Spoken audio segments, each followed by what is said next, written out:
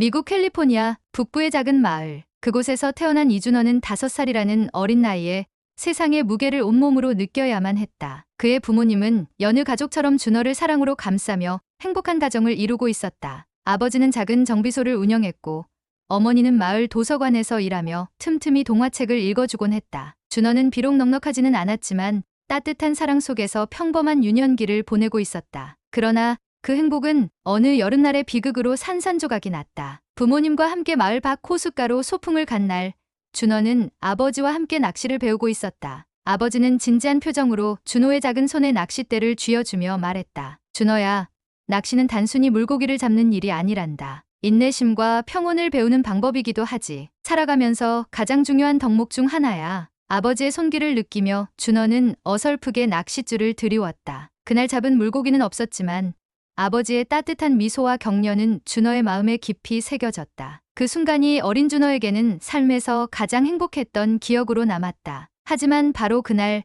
돌아오는 길에 예상치 못한 교통사고가 일어났다. 그날의 기억은 준호의 머릿속에서 흐릿하지만 강렬하게 남아있다. 충격은 아버지가 준호를 보호하려던 마지막 순간, 그리고 공중에서 뒤집힌 차 안에 갇힌 공포. 깨어났을 때 그는 병원 침대에 누워 있었고 부모님은 끝내 돌아오지 않았다. 부모님을 잃은 후 준호는 마을의 지역보호 서비스에 의해 고아원으로 보내졌다. 그의 작은 손에는 부모님과 함께 찍은 낡은 사진 한 장이 쥐어져 있었다. 사진 속에서 아버지는 낚싯대를 들고 웃고 있었고 어머니는 준호를 품에 안고 있었다. 고아원은 낯선 환경이었다. 처음 도착했을 때 준호는 커다란 철문과 무표정한 어른들의 얼굴에 압도당했다. 그는 긴 복도를 지나 작은 방으로 안내받았고 방에는 자신과 같은 또래의 아이들이 함께 지내고 있었다. 아이들은 각자 자신만의 방식으로 상처를 안고 있었고 그곳의 분위기는 늘 어딘가 차가웠다. 준호는 낯선 환경 속에서도 살아남아야 한다는 본능으로 적응하기 시작했다.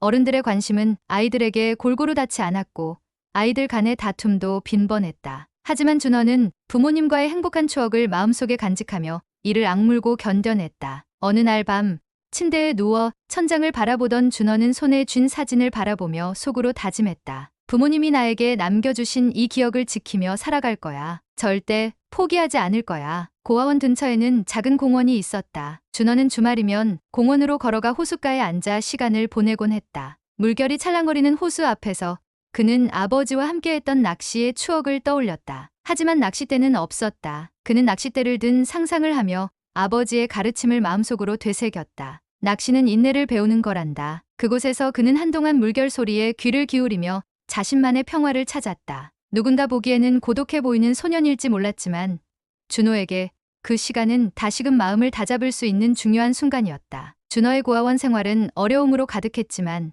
그곳에서도 빛처럼 다가온 사람이 있었다. 바로 메리라는 소녀였다. 메리는 밝고 긍정적인 성격으로 고아원 아이들 사이에서 인기가 많았다. 처음 준호와 메리가 친해진 것은 공원에서였다. 메리는 준호가 호숫가에 홀로 앉아 있는 것을 보고 다가와 물었다. 여기서 뭐 하고 있어? 혼자 있으면 심심하지 않아? 준호는 잠시 당황했지만 메리의 따뜻한 미소에 마음이 열렸다. 그는 아버지와의 추억을 떠올리며 낚시에 대해 이야기하기 시작했다. 메리는 고개를 끄덕이며 말했다. 낚시가 그렇게 멋진 거였구나. 너 정말 대단해. 준호야, 나는 내가 언젠가는 정말 멋진 일을 할 거라고 믿어. 메리의 말은 준호에게 큰 위로가 되었고 두 사람은 금세 친한 친구가 되었다. 메리는 늘 자신감 없는 준호에게 용기를 북돋아 주었다. 우리는 이곳에 있지만 그것만으로 우리가 약한 사람이라는 뜻은 아니야. 너도 세상을 바꿀 수 있는 힘이 있어. 메리와 함께한 시간은 준호에게 어두운 현실 속에서도 빛나는 순간을 선사했다. 고아원에서 보낸 나날은 준호를 점점 더 단단하게 만들었다. 그는 부모님과 함께한 행복했던 날들을 기억하며 살아가는 법을 배웠다. 비록 낚싯대 없는 낚시를 상상하며 보낸 시간이지만 준호는 언젠가 아버지의 가르침을 다시 한번 되새길 날을 꿈꿨다. 그는 자신을 위해 속으로 다짐했다. 언젠가는 내가 내 삶을 바꾸고 다른 사람들에게도 희망을 줄 수 있는 사람이 될 거야. 어린 시절의 상처는 깊었지만 그것은 또한 준호를 더욱 강하게 만들어주는 밑거름이 되고 있었다. 준호가 18살이 되었을 때 고아원은 더 이상 그의 집이 아니었다. 법적으로 자립해야 하는 나이가 되었기 때문이다. 그가 떠날 준비를 하던 날 원장이 손에 작은 봉투를 쥐어주었다. 준호야, 이건 내가 떠날 때를 대비해 조금씩 모아둔 돈이야. 많이 부족하겠지만 내가 강한 아이니까 잘 해낼 거라고 믿는다. 준호는 원장의 말에 고개를 끄덕이며 감사 인사를 건넸다. 그의 손에는 봉투와 함께 낡은 배낭, 그리고 부모님과 함께 찍은 사진 한 장이 있었다. 가자, 준호. 스스로를 다독이며 그는 작은 마을을 떠나 캘리포니아의 한 도시로 향했다. 도시는 그에게 낯설고 거대한 공간처럼 느껴졌다. 도시에 도착한 준호는 저렴한 하숙방을 구하고 바로 일자리를 찾기 시작했다. 그의 첫 번째 일자리는 식당에서 설거지를 하는 것이었다. 하루 종일 허리를 굽히고 뜨거운 물 속에서 손을 움직이는 일이었지만 그는 불평하지 않았다. 그는 밤이면 작은 책상에 앉아 노트를 펼쳤다. 내일은 오늘보다 조금 더 나아질 거야. 그렇게 그는 낮에는 일하고 밤에는 지역 커뮤니티 칼리지에서 수업을 듣는 삶을 시작했다. 대학 수업은 그의 꿈에 한 발짝 다가가는 기회처럼 느껴졌다. 하지만 생계를 유지하기 위해 아침부터 밤까지 일해야 하는 그의 일정은 너무도 벅찼다. 어느 날 피곤에 지친 준호는 작은 다리를 지나며 강변에 멈춰 섰다. 물결이 부드럽게 흔들리는 모습을 보며 그는 문득 아버지와의 낚시 추억이 떠올랐다. 낚시는 인내심과 평온을 배우는 법이란다. 아버지의 목소리가 귀에 들리는 듯했다. 준호는 눈을 감고 자신을 다잡았다. 어느 날 준호는 커뮤니티 칼리지의 학생회관 게시판을 지나던 중 눈에 띄는 포스터 하나를 발견했다. 지역 낚시대회 참가자 모집.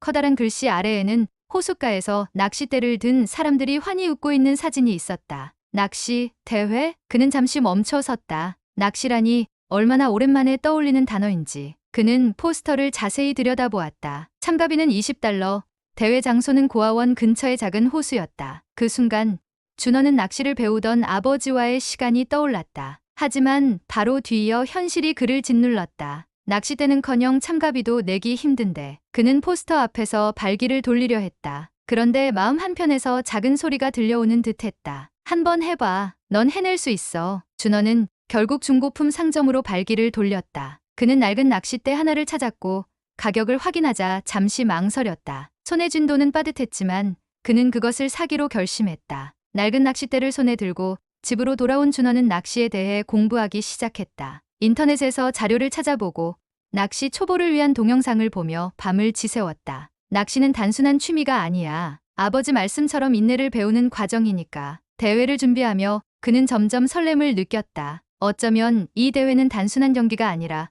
그가 잊고 지냈던 자신의 일부를 되찾는 기회일지도 모른다는 생각이 들었다. 그러나 대회 하루 전날 준호에게 예상치 못한 일이 벌어졌다. 준호가 일하던 식당에서 갑작스러운 문제가 발생했다. 한 직원이 결근하면서 준호가 밤늦게까지 일을 해야 하는 상황이 된 것이다. 준호야, 오늘 좀 더 일해줄 수 있겠니?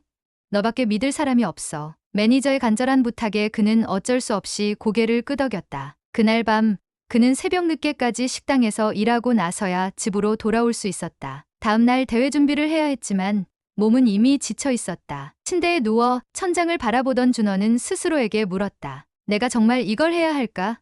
그냥 포기해도 되는 거 아닐까? 그러나 그는 곧 아버지와의 추억을 떠올리며 마음을 다잡았다. 아버지는 내가 포기하길 원하지 않을 거야. 대회 날 아침 준호는 낡은 낚싯대를 들고 대회 장소로 향했다. 참가자들이 모여있는 모습을 본 순간 그는 작아지는 기분을 느꼈다. 모두 최신식 장비와 고급 의류를 갖추고 있었고 그는 혼자 초라해 보였다. 괜히 왔나? 그는 잠시 머뭇거렸지만 마음을 다잡고 자리에 앉아 낚싯대를 준비했다. 대회가 시작되고 참가자들은 각자의 자리에 앉아 물고기를 잡기 위해 집중했다. 준호는 한 번도 물고기를 잡아본 적이 없었지만 아버지가 가르쳐준 대로 조용히 기다리며 낚싯대를 들었다. 시간이 흘러도 준호의 낚싯대에는 아무런 움직임이 없었다. 다른 참가자들은 이미 몇 마리씩 물고기를 잡아 올리고 있었다. 난 역시 초보라서 안 되는 걸까? 그 순간 준호의 낚싯대의 끝이 살짝 움직이는 것을 느꼈다. 긴장된 손길로 낚싯대를 당기자 작은 물고기 한 마리가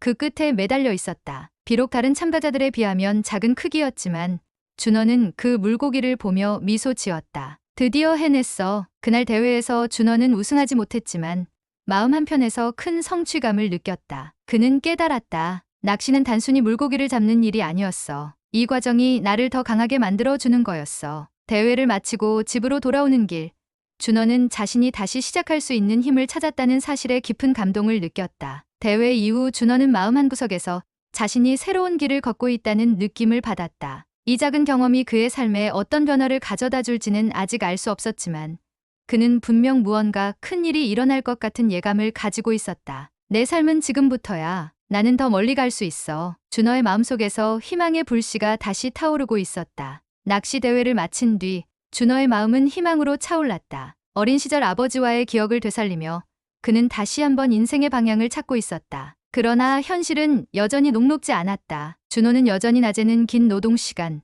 밤에는 학업을 병행하며 몸과 마음 모두가 지쳐가고 있었다. 그는 매일같이 스스로를 다독였지만 한편으로는 계속해서 마음속에서 커지는 불안을 느꼈다. 이렇게 살다 보면 결국 나는 어디로 가게 될까? 그의 미래는 여전히 불확실했고 반복되는 일상은 꿈을 이루기에는 너무 멀게만 느껴졌다. 어느 날 준호는 커뮤니티 칼리지에서 한 수업을 마치고 학생회관 게시판을 지나치다가 흥미로운 공지를 발견했다. 한미 교류 프로그램 한국에서 6개월간의 문화 체험 및 인턴십 기회 제공. 한국. 준호의 부모님이 어린 시절 몇 번 언급했던 그 나라. 그는 그때마다 무심히 흘려들었지만 이번에는 이상하게도 가슴 한편에서 뜨거운 무언가가 솟아오르는 느낌을 받았다. 한국. 아버지가 자주 얘기하시던 곳이었지. 준호는 잠시 공지를 응시하다가 결국 용기를 내어 프로그램 지원서를 작성했다. 프로그램 신청 후 몇 주가 지나고 준호는 선정되었다는 이메일을 받았다. 그는 믿기지 않아 몇 번이고 메일을 다시 읽었다. 내가 뽑혔다고?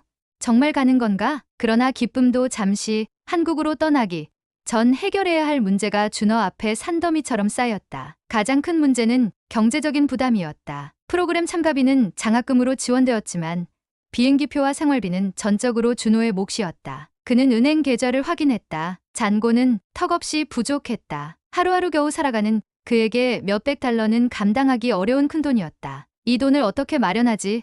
그냥 포기해야 하는 걸까? 더 큰 문제는 일자리였다. 한국으로 떠나려면 지금의 식당 일을 그만둬야 했고 그렇게 되면 고정적인 수입도 잃게 되는 상황이었다. 그는 자신의 미래를 위해 도전을 선택하고 싶었지만 현실의 압박감이 그를 짓눌렀다. 어느 날 밤 준호는 도서관에서 공부를 마치고 집으로 돌아가던 중 예상치 못한 일을 겪었다. 좁은 골목길을 지나던 중 그는 갑자기 뒤에서 누군가 다가오는 소리를 들었다. 준호가 돌아보기도 전에 낡은 배낭을 들고 있던 손이 갑자기 가벼워졌다. 뭐야? 가방이. 그가 황급히 외쳤지만 이미 가방을 들고 달아나는 사람의 뒷모습만 보였다. 배낭 안에는 여권, 지원 서류, 그리고 부모님과 함께 찍은 유일한 사진이 들어 있었다. 준호는 이를 악물고 도둑을 뒤쫓았다. 가난한 사람에게 작은 물건 하나도 전부나 다름없다. 준호는 뛰고 또 뛰었다. 도둑은 골목길로 들어갔고 준호는 끝까지 추격했지만 결국 도둑은 어두운 뒷골목으로 사라져 버렸다. 숨이 턱까지 차오른 채 그 자리에 주저앉은 준호는 손으로 얼굴을 감싸고 한동안 아무 말도 하지 못했다. 그 순간 그의 마음속에서 모든 희망이 무너지는 듯했다. 집으로 돌아온 준호는 텅 빈 가방을 바라보며 깊은 절망에 빠졌다. 하지만 그는 쉽게 무너지지 않았다. 책상에 앉아 부모님과 함께 찍은 사진이 사라졌다는 사실에 눈물을 흘리면서도 스스로를 다독였다. 부모님은 내가 여기서 포기하길 원하지 않을 거야. 다음 날 그는 경찰서에 신고를 하고 주변 가게에 도둑의 인상착의를 묻기 시작했다. 그는 작은 희망이라도 붙잡으려 노력했다. 그러나 현실적으로 가방을 되찾을 가능성은 낮았다. 그래서 준호는 새로운 계획을 세우기로 했다. 부족한 생활비를 마련하기 위해 추가 아르바이트를 찾기, 여권을 다시 신청하고 잃어버린 서류를 재작성하기, 부모님 사진의 기억을 바탕으로 새롭게 그림을 그려보는 것. 낚시 대회에서 만났던 한 참가자가 준호의 상황을 우연히 듣고 도움의 손길을 내밀었다. 그는 준호에게 말했다. 내 이야기를 듣고 감동받았어. 내가 한국에 가야 하는 이유가 분명히 있을 거야. 내가 조금 도와줄게. 그 참가자는 준호에게 비행기표를 구입할 수 있도록 돈을 빌려주었다. 준호는 그 도움을 받으며 눈물을 참지 못했다. 정말 감사합니다. 이 은혜는 반드시 갚겠습니다. 모든 준비를 마친 준호는 비행기표를 손에 들고 한국으로 떠날 날을 기다렸다. 그는 비록 도난 사건으로 부모님 사진을 잃었지만 마음속에 그들의 기억을 새기며 새로운 길을 걷기로 했다. 한국으로 떠나기 전날 밤 준호는 마지막으로 호숫가를 찾았다. 낚싯대를 들지 않았지만 그는 물결을 바라보며 조용히 아버지의 목소리를 떠올렸다. 낚시는 인내와 평온을 배우는 일이란다. 그는 스스로 다짐했다. 한국에서 새로운 기회를 찾아 반드시 성공하겠어. 한국으로 떠난 준호는 서울에서 인턴십 프로그램에 참여하며 새로운 문화를 경험했다. 그는 한국 사람들의 친절함과 빠르고 편리한 시스템에 깊은 인상을 받았다. 특히 지하철에서 만난 한 중년 남성이 준호에게 말했다. 한국에 온 걸 환영해요. 힘든 일이 있으면 언제든 도와줄게요. 그 말은 준호에게 큰 위로가 되었고 그는 점점 한국에서의 생활에 적응해 갔다. 이제 준호는 자신의 삶에서 또 다른 새로운 장을 열어가고 있었다. 그의 위기는 오히려 그를 더 단단하게 만들었고 한국이라는 새로운 환경에서 더 큰 꿈을 꿀 수 있게 만들어 주었다. 서울에서의 첫날, 준호는 낯선 풍경 속에 서 있었다. 빽빽하게 늘어선 고층 빌딩과 바쁘게 움직이는 사람들. 그 사이로 한글 간판이 빛나고 거리 곳곳에서 한국적인 냄새와 소리가 그를 맞이했다. 그는 가슴 한편에서 설렘과 긴장이 동시에 밀려오는 것을 느꼈다. 여기가 바로 아버지가 어린 시절 이야기했던 그곳이구나. 낯선 환경 속에서도 준호는 인턴십과 문화체험 프로그램에 적극적으로 참여했다. 처음에는 어색함과 언어 장벽으로 어려움을 겪었지만 점차 한국의 문화와 사람들 속에 스며들며 자신만의 자리를 찾아갔다. 준호가 가장 먼저 놀란 것은 한국 사람들의 따뜻함이었다. 어느 날 지하철에서 짐이 가득 든 가방을 들고 힘들어하는 그를 본 중년 남성이 말을 걸었다. 힘들어 보이는데 도와줄까요? 남성은 준호의 가방을 들어주고 목적지까지 길을 친절히 안내해 주었다. 준호는 감사 인사를 전하며 물었다. 한국에서는 모두 이렇게 친절한가요? 남성은 미소 지으며 대답했다. 여기선 서로 도우며 사는 게 자연스러운 일이죠. 당신도 언젠가 다른 사람을 도울 기회가 올 겁니다. 그 순간 준호는 자신이 받았던 작은 친절들이 얼마나 큰 힘을 줄 수 있는지 깨달았다. 그날 이후 그는 한국에서 만나는 사람들에게 더 많이 감사하며 다가갔다. 인턴십을 통해 준호는 한국의 빠르고 효율적인 직장 문화를 경험했다. 특히 IT 분야에서의 발전과 혁신은 그를 놀라게 했다. 준호는 프로그램이 끝난 후에도 더 배우고 싶다는 열망을 느꼈고 마침내 한국에 있는 IT 스타트업 회사에서 정식 직원으로 채용되었다. 회사에서의 일은 준호에게 또 다른 도전이었다. 초기에는 언어의 문제와 새로운 환경 적응이 쉽지 않았지만 그는 밤낮 없이 노력하며 자신의 자리를 확고히 했다. 팀원들은 준호의 끈기와 열정을 인정하며 점차 그를 신뢰하기 시작했다. 어느 날 그는 회사 프로젝트 발표 자리에서 팀장으로 나서게 되었다. 발표를 마친 뒤 동료들이 준호에게 말했다. 정말 대단했어요. 준호 씨, 여기서 이런 발표를 하다니. 그 순간 준호는 자신이 얼마나 멀리 왔는지 실감했다. 몇 년 뒤 한국 생활에 익숙해진 준호는 우연히 한 지역 행사에서 낚시 대회 소식을 듣게 되었다. 한국에서도 낚시 대회가 열리는구나. 그는 어린 시절의 추억과 미국에서 참가했던 첫 대회를 떠올리며 참가를 결심했다. 대회 날 그는 낚싯대를 들고 조용히 물가에 앉았다. 주변은 자연의 소리로 가득했고 그는 과거의 자신이 떠올랐다. 낚시를 하던 아버지와의 시간, 고아원에서 메리와 함께했던 이야기, 미국에서의 힘겨운 나날들, 그리고 한국으로 오기까지의 모든 과정이 머릿속을 스쳐 지나갔다. 그날 준호는 대회에서 큰 물고기를 잡았다. 결과는 우승이었다. 그러나 준호에게 더 큰 의미는 낚시를 하며 자신이 지금까지 겪어온 모든 일이 하나의 밑거름이었다는 깨달음을 얻은 것이었다. 지금의 나를 있게 한 건 바로 그 모든 순간들이었구나. 나눔의 삶으로 나아가다 성공한 직장인으로 자리 잡은 준호는